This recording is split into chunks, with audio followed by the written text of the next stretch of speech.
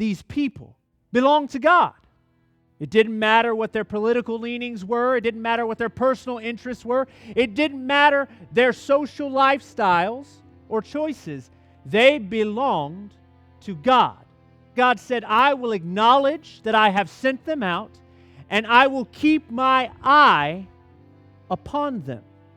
The Bible says that these boys, among others, were taken from their homeland and forced into re-education. These were just kids. And so involved were the Babylonians in matters pertaining to science, theology, and even the things that they considered to be magic. It would be essential for them to take young children so that they could indoctrinate them. But we also learn from our opening text that this prince of the eunuchs, this man in charge of their re-education and their integration, also gave them new names. Why would he do this, I wonder? Names hold no bearing, right? Why change the name? Most Hebrew children's name acknowledged God. Daniel's name could be broken apart from Don and El, which means judge and God, or God is my judge.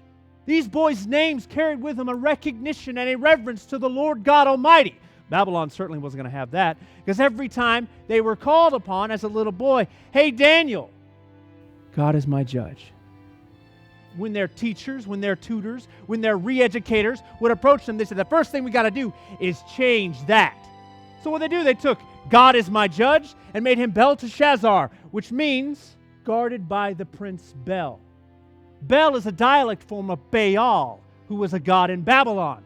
So not only in this essence were they trying to remove their Hebrew culture from them, they were trying to remove the very God that had created them and blessed them. They said, we don't want you to remember anything about your past. Nothing. Not the God, not the culture. You're a Babylonian now. However, what they were going to find very quickly was that the invasion of Jerusalem was easy compared to the invasion and besieging of these little boys' minds. They were going to learn right away that these boys were going to stand up in a way that not even Judah and Jerusalem had stood up before.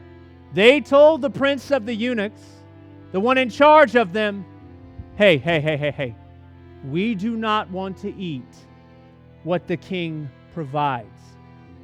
Could you picture the bravery that it would have to take for a young little boy away from home, away from all that he knows, to stand in front of his keeper and say, I don't want to do that?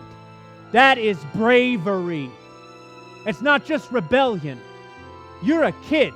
You have nothing to stand on. You have no leg to stand on. There is nothing you can hope for. You're surrounded by the unknown. You put the right stuff in your child, greater is he that will be in them than he that is in the world.